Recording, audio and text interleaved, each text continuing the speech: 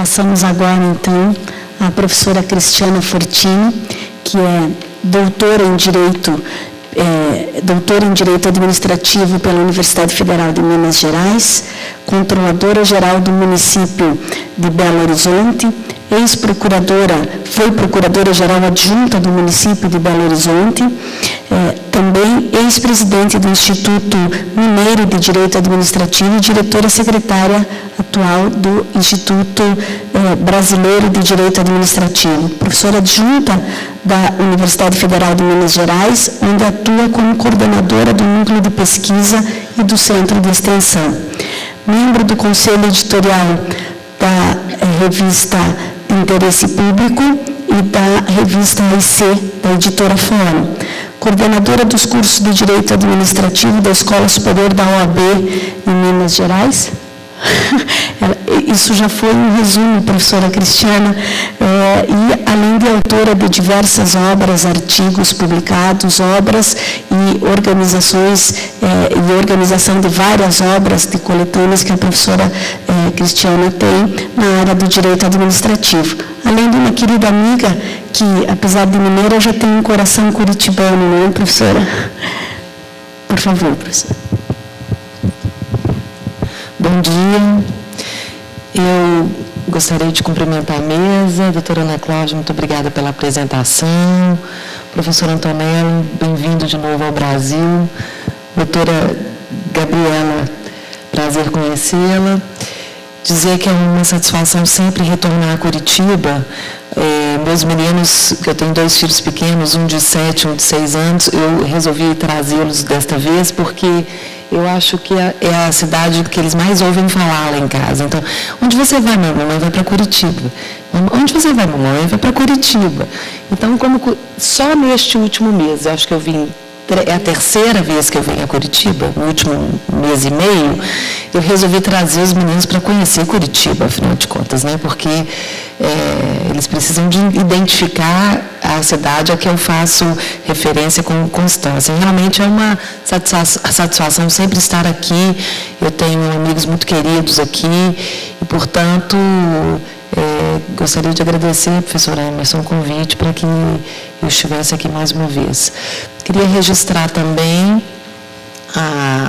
o caráter empreendedor do evento, porque, primeiro, unir instituições de ensino que por vezes rivalizam no mercado, não é algo assim tão fácil. E é muito interessante que as instituições de ensino tenham seu espírito elevado a essa ideia de colaboração, de parceria, em especial também propiciando a presença de professores estrangeiros que, obviamente, nos brindam com experiências diversas daquelas que nós vivenciamos aqui, com apreciações também sobre matizes e aspectos diferentes dos quais nós estamos habituados a fazer, com os quais nós não estamos habituados a lidar, melhor dizendo, e, portanto, acho que Curitiba é uma cidade agraciada por receber um evento deste porte. Acho também que é muito feliz a ideia de render uma homenagem à professora Veida e, portanto, quero registrar a minha admiração e dizer que acho que a homenagem é extremamente correta, justa. Enfim, feita essa apresentação, ou ditas essas palavras, quando eu pensava em qual seria a abordagem correta e enfim, que eu deveria realizar aqui no evento, em que a temática dos direitos fundamentais, do desenvolvimento nacional, do desenvolvimento sustentável, não necessariamente o desenvolvimento nacional, mas o desenvolvimento sustentável, seria enfrentada, eu comecei a escrever algumas linhas e acho que elas são linhas que podem nos conduzir a um debate interessante. Primeiro, me parece fundamental fazer uma alusão a algumas mudanças que nós começamos a sentir na passagem do século XX para o século XXI. Essa passagem ela não é feita de maneira impune, não é feita de maneira insensível. Na verdade, nós detectamos, da passagem do século XX para a passagem para o século XXI, uma mudança fundamental, primeiro, no conceito de democracia com o qual nós lidávamos.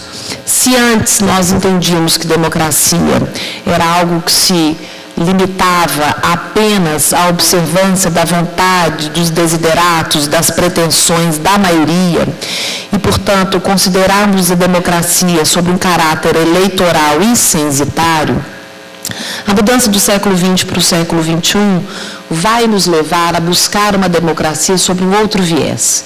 E costumamos falar, então, numa democracia não apenas formal, mas uma democracia material.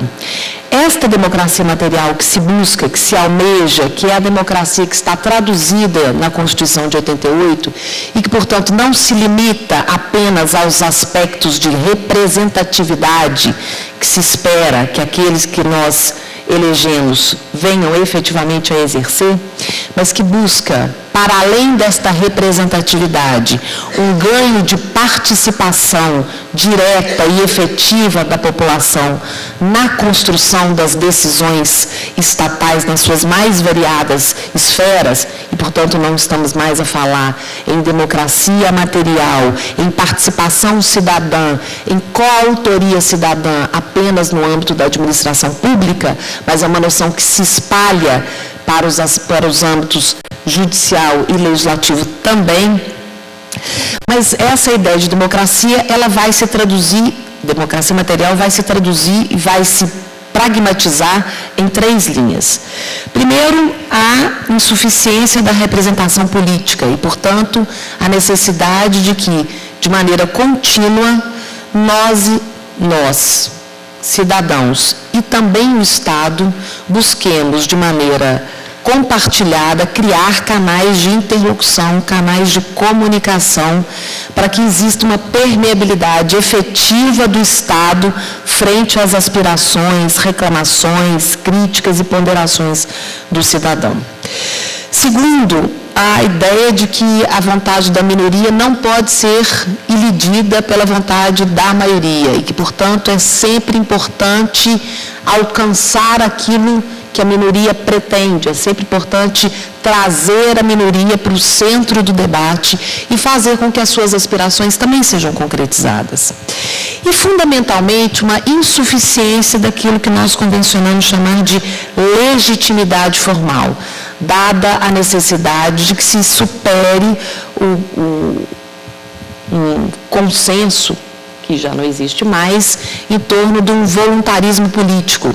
Ou seja, todo aquele que alcança um posto público, seja por um mérito profissional, seja porque foi, enfim, agraciado com as urnas, não importa qual cargo venha ocupar, qual emprego público venha ocupar, qual função pública venha desempenhar, há de realizar essas tarefas, esses afazeres que lhe são atribuídos sem voluntarismos. O que significa dizer? Significa dizer que as suas decisões, as suas condutas precisam de estar fundamentadas, é preciso então dizer o que é que os levou a praticar a conduta X em detrimento da conduta Y, por que a escolha, o caminho foi no sentido A e não no sentido B.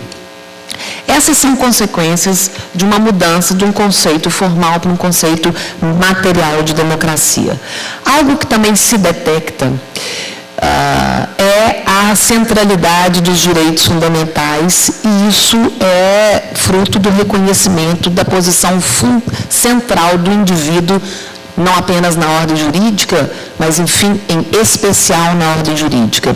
O direito deve ser aquele que pretende um respirar do indivíduo. O direito deve ser aquele que pretende alçar o indivíduo a uma condição humana cada vez mais destacada e, portanto, todo o ordenamento jurídico leva em consideração esta centralidade do indivíduo. A Constituição Federal de 88, estamos obviamente falando então da Constituição brasileira, ela consagra 2 estados num só. Obviamente, há que se falar num Estado democrático, seja porque o artigo inaugural da Constituição de 88 faz referência a esse primado da democracia, mas o Estado democrático que a Constituição homenageia, que a Constituição estabelece, ele convive com a ideia de um Estado social preocupado com uma busca de justiça social. Enfim, de elevar as pessoas que não são agraciadas do ponto de vista socioeconômico a um patamar diferenciado, buscando nivelar as pessoas, sempre partindo do ponto de vista de que é preciso tirar aquelas que estão numa condição menos abastecida e levá-las e agraciá-las com condições materiais, mas não apenas materiais, que as dignifiquem. E nós também percebemos que este é um viés da Constituição brasileira, quando, passando do artigo 1º, nós encontramos o artigo 3º da Constituição.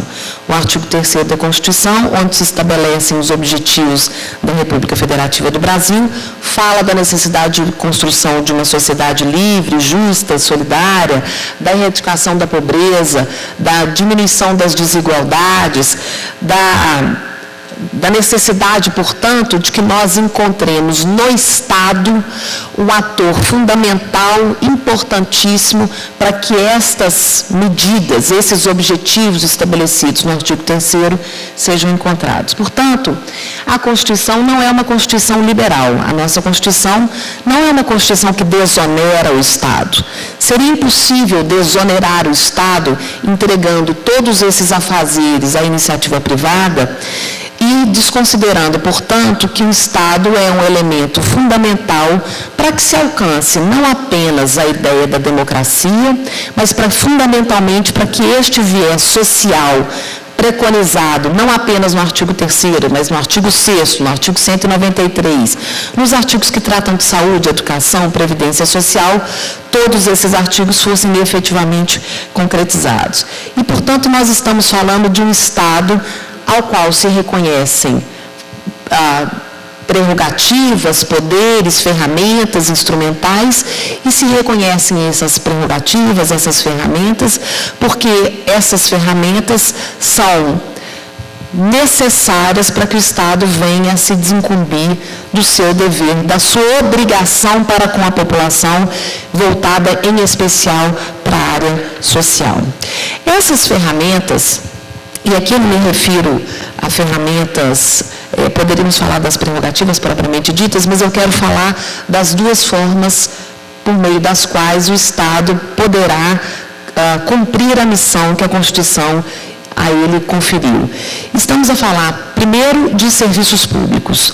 Serviços públicos são atividades reconhecidas pelo legislador como atividades destacadas, atividades invulgares. E por que invulgares?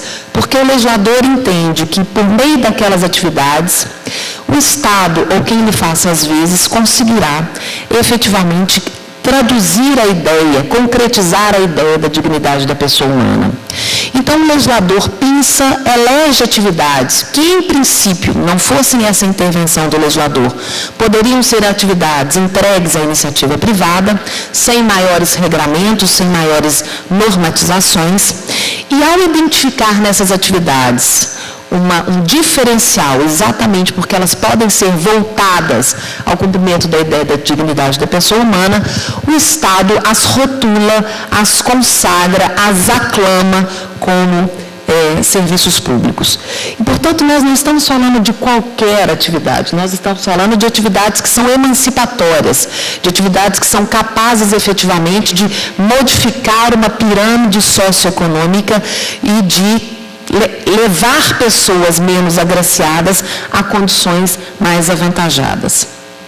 E, portanto, estamos falando necessariamente de mudanças do status jurídico dos indivíduos quando nós estamos diante da prestação de serviços públicos. Daí que, obviamente, a partir do momento que se reconhecem essas atividades como atividades diferenciadas, atividades que merecem ser vistas sob uma ótica distinta, não sob a ótica livre do mercado, há que necessariamente se concluir por um regime jurídico que a diferencie, um regime jurídico que seja capaz de traduzir toda essa preocupação que levou o legislador a rotular essas atividades como atividades diferenciadas, como serviços públicos, e, portanto, um regime jurídico que garanta que a escolha feita pelo legislador vai se traduzir na prática, na prestação de uma atividade com algum grau de proteção ao indivíduo. Portanto, quando nós estamos falando em regime jurídico do serviço público, nós estamos falando de um conjunto de normas que permitirá que essa execução dos serviços públicos se faça de maneira coerente com essa consagração, com essa rotulação, com essa eleição feita pelo legislador, no sentido de que essas e aquelas atividades devem ser tratadas sobre um primado, sobre um prisma diferenciado.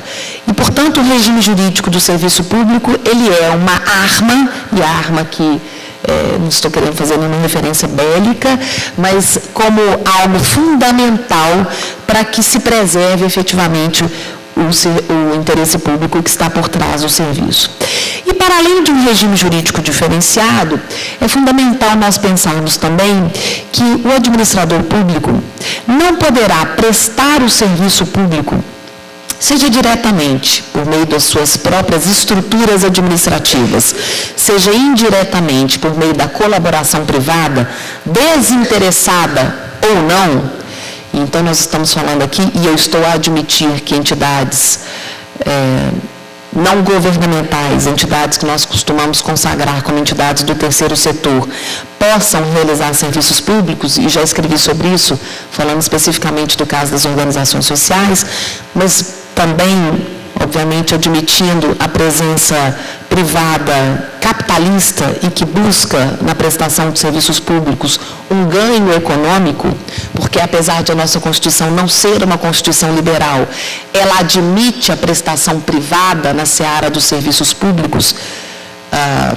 Então, considerando que caberá ao Estado decidir se ele vai prestar esses serviços públicos diretamente ou se ele opta pela presença, pela colaboração, pela participação privada, esta escolha que o Estado realizará em cada um dos casos, realizará em cada uma das épocas, porque essa não é uma escolha estanque do ponto de vista temporal, nem é estanque do ponto de vista geográfico.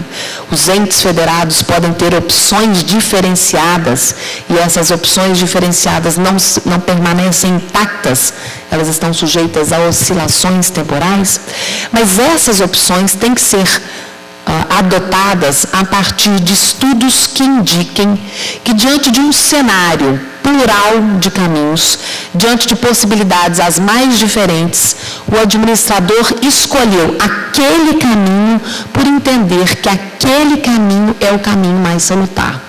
Eu estou fazendo menção a isso porque, quando se pensa em serviços públicos, e se pensa em serviços públicos comerciais ou industriais ou econômicos, que são serviços públicos que admitem uma presença privada capitalista, uma presença privada interessada na obtenção de lucros, de um proveito econômico, há uma pressão por parte destes atores para que o Estado venha a entregar-lhes a execução de um determinado serviço público. Se formos olhar ao que diz a nossa Constituição, sem fazermos uma avaliação mais crítica, esta entrega dos serviços públicos à iniciativa privada é uma entrega possível, é uma entrega constitucionalmente respaldada. A questão é saber se, diante dos elementos, dos dados, das informações que o Estado colheu, em especial diante também da manifestação da população, se faz sentido em 100% dos casos em que esta presença privada é possível, se faz sentido que ela efetivamente venha a ser adotada. Eu contava outro dia, até em Uberlândia, professor Tiago, onde nós nos encontramos, que fui convidada a falar em Portugal sobre parcerias público-privadas. E fui convidada a falar porque, na condição de controladora geral de Belo Horizonte, município onde as parcerias público-privadas são estudadas e são desenvolvidas com maior destaque no Brasil inteiro, os lugares onde mais se fazem PPPs são Minas Gerais e Belo Horizonte, e, portanto, nós estamos quase que nos acostumando com essa sigla, porque já não é mais uma novidade para quem trabalha em Belo Horizonte com este assunto, ou para aqueles que estudam isso no estado de Minas Gerais, e talvez tenha sido convidada por isso. Na condição de controladora, eles queriam saber como é que eu controlo as PPPs, imagino que tenha sido isso. E cheguei para falar sobre PPP num dia em que a Troika estava em Portugal. E, portanto, os portugueses estavam absolutamente atemorizados com as medidas que viriam a partir da presença da Troika ali. E cheguei para falar, dormi, né, acordei, abri o jornal, fui na internet, vi o que estava acontecendo em Portugal. A minha palestra seria à noite. Quando eu vejo aquele cenário, e é diferente você ver o cenário estando no local e não tendo notícias de qual é a situação de Portugal, eu cheguei para o meu marido que me acompanhava e disse: Rússio, acho melhor a gente inventar alguma desculpa e falar que eu não vim, que eu adoeci, que, enfim, eu peguei um vírus absolutamente mortal no avião e que é melhor as pessoas não conviverem comigo. Tamanho era o meu temor. E meu marido, obviamente, sensato, disse: Cristiana, você já chegou aqui, você vai falar de PPP. E por que o meu medo? Porque nos jornais se retratava um momento político, social, econômico, difícil que Portugal vivenciava, e se atribuía às parcerias público-privadas o posto de vilãs e de responsáveis imediatas por aquela situação quase de penúria que estava atingindo o país naquele momento. Eu estou falando naquele momento, eu estou falando de 6 meses atrás, obviamente essa situação não se alterou. E, portanto, eu fui. E quando cheguei para fazer a palestra, a sala estava bastante cheia e muitos professores catedráticos assistindo, e de áreas distintas, não apenas de direito administrativo ou de constitucional, mas professores de filosofia do direito, enfim. E comecei a falar, e falei das PPPs, e quando acabei de falar, um professor português pediu a palavra e disse assim para mim: professora, aqui em Portugal, a senhora deve saber que nós costumamos seguir as novelas brasileiras. E, enfim, a novela, a diferença aqui é que vocês estão no primeiro capítulo da novela com as PPPs, e nós já estamos no último. E no último, o mocinho morre, não tem casamento, nenhuma criancinha nasce, e o vilão mata o mocinho. Então, a sua boa vontade com PPPs é apenas uma questão de tempo. Vocês chegarão ao último capítulo da novela. E esta frase, que é uma frase que, enfim, ainda me atordoa quando eu penso nela, exatamente porque eu tenho a função de controlar as PPPs, é uma frase que efetivamente preocupa. Preocupa por quê? Não porque a presença privada deva ser rejeitada de pronto, até porque, como eu disse, a presença privada é respaldada constitucionalmente. A questão é saber se nós estamos, em todos os casos em que optamos por esta presença privada, seja através de concessões tradicionais, seja através das modelagens das parcerias público-privadas, realizando essas opções, não apenas levando em consideração esse aspecto de democracia material, de participação e de interlocução da sociedade civil com o Estado, mas, fundamentalmente, se estamos identificando, a partir de estudos seguros, que aquela modelagem contratual, seja uma, seja outra, é a modelagem que mais se ajusta, que mais se amolda à ideia central dos serviços públicos, que é a de universalidade, gratuidade ou modicidade tarifária. Quer dizer, se estamos levando em consideração que a presença privada, ela pode se traduzir tanto num benefício, como a depender da falta de cuidado, da falta de estudos, da falta de preparo do Estado para regular e, a posteriori, para fiscalizar a prestação desses serviços, se efetivamente aquele remédio não pode se traduzir em veneno. Portanto, eu sempre digo lá em Belo Horizonte, me apresentem os estudos que demonstram que a população, não o município, terá um ganho, terá um acréscimo, sentirá os efeitos positivos da modelagem das parcerias público-privadas. É claro que os estudos não são capazes de evitar intempéries que na prática podem aparecer, mas os estudos são uma garantia mínima de que todas as variáveis que envolvem a presença privada num setor absolutamente sensível, delicado como é o dos serviços públicos, foi considerada no momento das opções realizadas pelo administrador e pelo legislador. Um outro aspecto que me parece importante, professor, eu já devo ter extrapolado meu tempo aqui, eu não costumo fazer isso, mas acho que agora eu extrapolei, diz respeito à presença do Estado no outro segmento, que é o da atividade econômica. Claro que quando falamos em atividade econômica, podemos estar fazendo alusão a essa expressão no seu sentido mais ampliado, e, portanto, falando de atividades econômicas propriamente ditas, realizadas pelo Estado e realizadas por particulares, como podemos estar fazendo alusão a serviços públicos. Dos serviços públicos, eu já alguma coisa falei, mas eu queria agora abordar a questão das atividades econômicas. Em primeiro lugar, as atividades econômicas, ou a função econômica, ou o aspecto econômico, ele tem uma íntima relação com o aspecto social. Pela própria Constituição, lendo a Constituição e realizando essa leitura de maneira sistêmica, nós vamos encontrar uma relação entre a ordem social e a ordem econômica. Vejam que o artigo 170 diz. Ele diz que a ordem econômica é fundada na valorização do trabalho.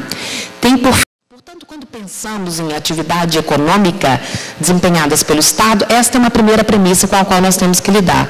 O Estado, quando desempenha atividade econômica, ele o desempenha, ele a realiza, porque esta atividade econômica tem uma ligação íntima com a ordem social.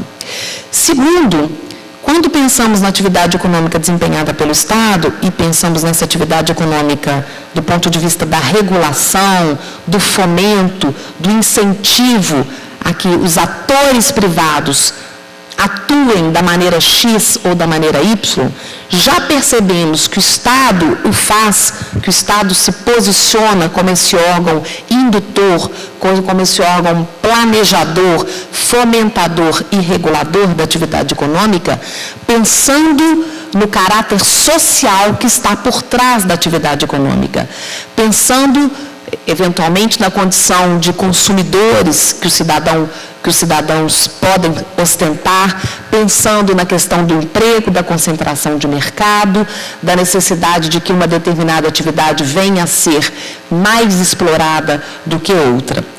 Mas, além do Estado atuar como este agente indutor, fomentador, planejador, regulador, como queiram, o Estado também pode, pela nossa Constituição, ter uma atividade direta. E essa atividade direta se dará nas hipóteses em que a Constituição já de plano identifica a necessidade, a conveniência de uma participação estatal, mas poderá se dar em momentos posteriores, quando o legislador e o administrador público também perceberem que faz sentido a presença do Estado para, diante de situações em que há um relevante interesse público ou diante de situações em que nós detectamos imperativos da segurança nacional. Muita gente costuma dizer que a participação do Estado, neste segundo momento, a participação do Estado na ordem econômica, como protagonista, como ator, como empresário, e não apenas como alguém que acompanha o trabalho executado por empresas privadas, é uma atividade subsidiária. E por que subsidiária? Porque a nossa Constituição pretendeu reservar um campo de atuação para a iniciativa privada. E, logo, a presença do Estado neste campo de atuação, que foi de início limitado ou reservado à iniciativa privada, não pode se dar, a não ser quando aquelas duas condições, uma delas, estiver presente. Então, o Estado poderia atuar como protagonista, como empresário, no cenário econômico, se estivesse diante de relativos de relevante interesse coletivo ou se estivesse diante de imperativos da segurança nacional. Daí se concluir, como a maioria da doutrina faz, que a presença do Estado ali é subsidiária. Subsidiária na medida em que só poderá ocorrer se uma dessas duas condições estiver presentes, e essas condições só estarão presentes se a iniciativa privada não tiver conseguido efetivamente, pelas suas próprias forças, pela sua própria atuação, cumprir o dever, vamos dizer assim, que se esperava que elas viessem a executar. Eu fico pensando se efetivamente nós podemos falar em um caráter subsidiário.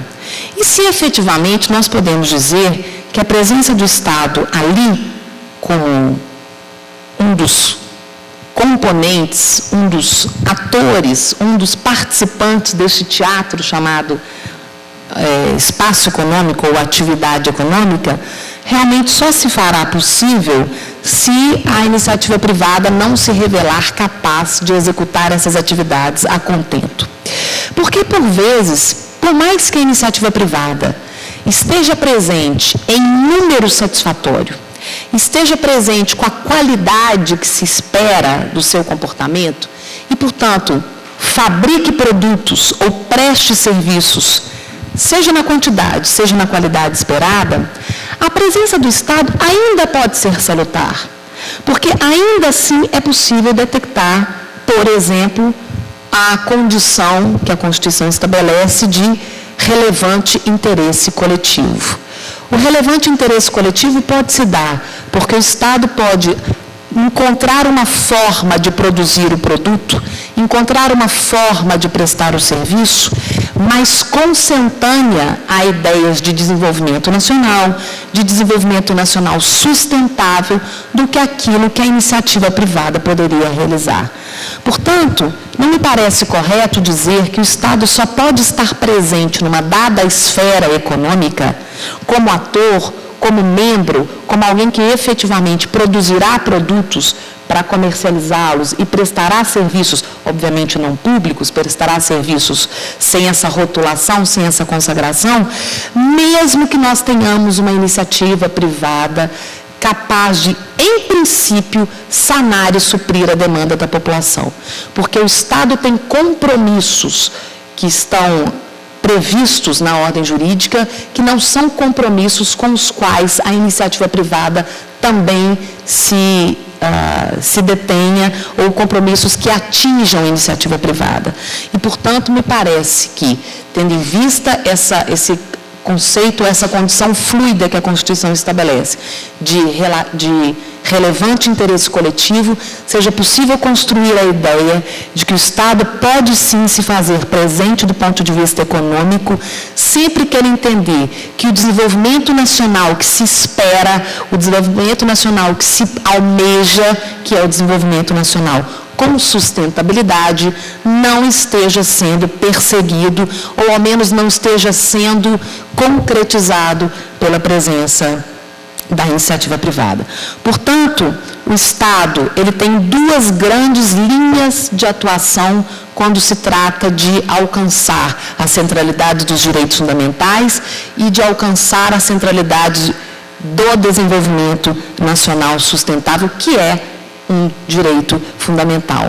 Seja pela linha dos serviços públicos que enaltecem, que emancipam o cidadão, que dão a eles a dimensão jurídica que se espera a partir de uma opção que a Constituição fez, que é de um texto cidadão e participativo, seja também através da atuação no âmbito econômico como agente fiscalizador, regulador, fomentador, mas também como agente partícipe do mercado. Eram essas as minhas considerações. Muito obrigada.